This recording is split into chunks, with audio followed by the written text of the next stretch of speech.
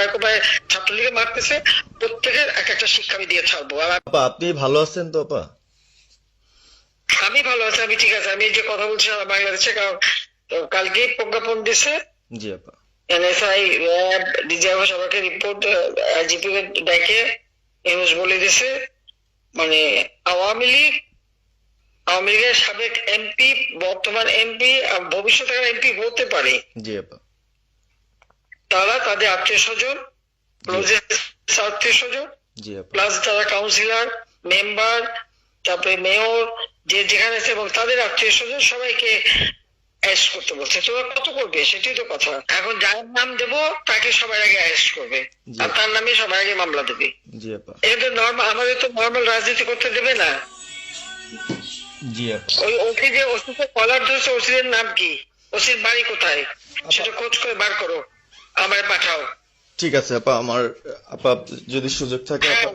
আমি আজকেই আপনাকে ওই বিস্তারিত পাঠাচ্ছি, উনি কত সালে ঢুকছে সবকিছু পাঠাচ্ছি আপা আপনাকে। আর সবকিছু দাও, বললো যে এক মাঘের শীত যায় না।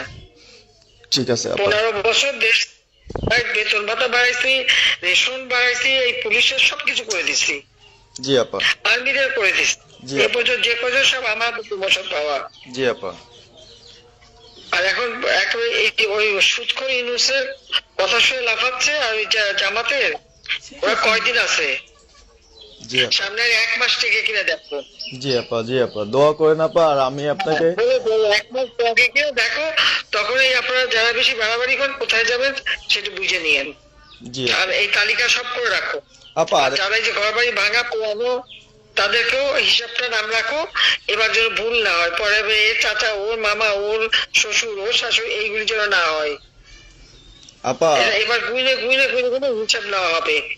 জি আপা। জি আপা। আমি গত 2001 কিচ্ছু বলিনি, আমি 2009 সরকার এসেও আমি ওসব কাউকে কিছু বলিনি, আমি দেশের উন্নয়ন করছি। আল্লাহ এরপরে যদি আল্লাহ যদি সুযোগ দেয়, তার আগে যারা আমার নেতা কর্মীকে হাত দিচ্ছে, কোপায় কোপায় ছাত্রলীগে মারতেছে, প্রত্যেকের এক একটা শিক্ষা আমি দিয়ে ছাড়বো।